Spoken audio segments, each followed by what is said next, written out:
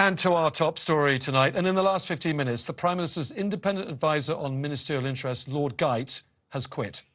The peer, who was previously Private Secretary to the Queen, issued a very brief statement this evening announcing his dramatic departure. His resignation follows weeks of bitter antagonism with the Prime Minister. Geidt repeatedly insisted Mr Johnson explain his actions during the Downing Street parties, including how they were legal. Our political editor, Kate McCann, is here with me now. Kate, this is very, very dramatic news. This is the news the Prime Minister didn't want to hear. This is his second advisor on ministerial standards going in the space of 2 years. Tell us more. Yeah, this is a really significant moment tonight for Boris Johnson. In the wake of that vote of confidence in him, his own party seemingly very frustrated with his behaviour over partygate. Now the loss of Lord Geidt will only compound that. I think there will be some real concern in Downing Street tonight about what this potentially could trigger. It seems to have taken them by surprise. I think it's fair to say that this statement from Lord Geidt, it's very short. Let me just read it to you, Tom, because it really is very short.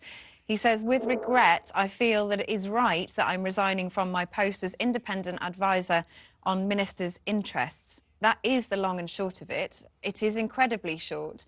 Now, Lord Geidt had the role of advising about the Prime Minister's behaviour when it comes to the last couple of months. And it's fair to say that he was very frustrated. In fact, in his letter to the Prime Minister, which I have here in front of me, he did reference the idea of resignation. And he was asked again just a day ago at a committee meeting about whether that was something that he had considered. And he said, "Resignation is one of the rather blunt but few tools available to the advisor. I'm glad my frustrations were addressed in the way that they were." Now, that seems to suggest that he felt happy. In fact, he did say that Boris Johnson had kept the door open to him, that they were able to have some dialogue, despite the frustrations that he'd had that the Prime Minister hadn't addressed whether his behaviour had met the standards of the ministerial code. Something clearly has happened in that intervening period. But this is a real moment, just as Alex Allen's resignation was in November 2020 over the Priti Patel allegations. That is, of course, as you just said, the second independent advisor on standards in as many years. I believe that's unprecedented, Kate. I imagine you do too. No reaction as yet, though, from Downing Street tonight? No, not yet. As I say, it feels like this has taken them by surprise. I mean, this statement went up on the government's own website around 6:30, so just half an hour ago. That's pretty late in the day.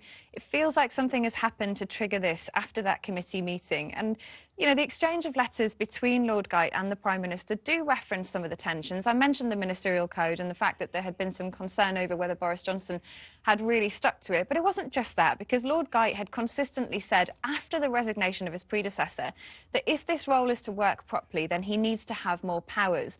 Now, what he wanted was to be able to launch his own independent investigation without having to ask the permission of the Prime Minister. You would think that would be something that role would have, but it wasn't until recently. He now believes, or he did when he was in this post, that he could launch an investigation, but he also said that the changes did fall short, that they didn't go as far as he wanted, and he felt that he wasn't able to exercise his full powers in the way that he wanted to. Perhaps after that committee hearing, which admittedly was quite tough for Lord Geidt, he just felt that his position was untenable. All right, and the politics of this. So, as you just said, the Prime Minister survived that conflict in the House of Commons only last week, 8 days or so ago. He seemed to have moved on. He seemed to have at least begun to heal those wounds. Tory MPs no longer talking about getting him out, beginning to rally round, maybe. We'll bring reaction, of course, from Tory MPs as we get it tonight. But what's your feeling on what that is going to do for the Prime Minister's attempt to move on now and govern until next year election?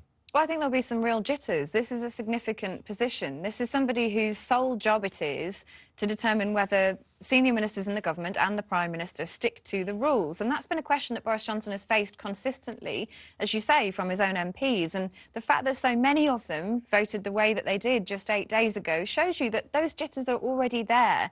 And the fact that the government, I know we're going to come on to talk about Rwanda shortly, and we've been talking about Northern Ireland, the fact that the government's decision has been this week to pursue some of those policies, the really difficult ones that force Conservative MPs to put themselves in the yes or no camp, often under very difficult circumstances. I think when you add this into the mix, things could get difficult for Boris Johnson tonight. Now, we will bring reaction from Conservative MPs. We will, of course, bring you reaction from Number 10 when we get it.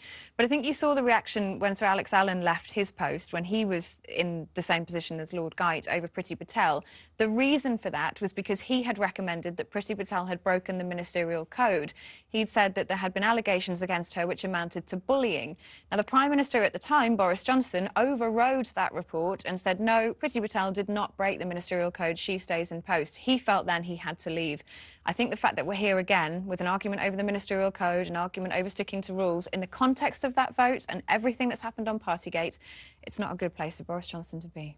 OK, a little bit of reaction we can bring you. The first to react, it would appear, to this dramatic resignation tonight, Dominic Cummings, the Prime Minister's former Chief of Staff in Downing Street, no friend of the Prime Minister. He's just tweeted, he was sad to see Geidt defend the indefensible.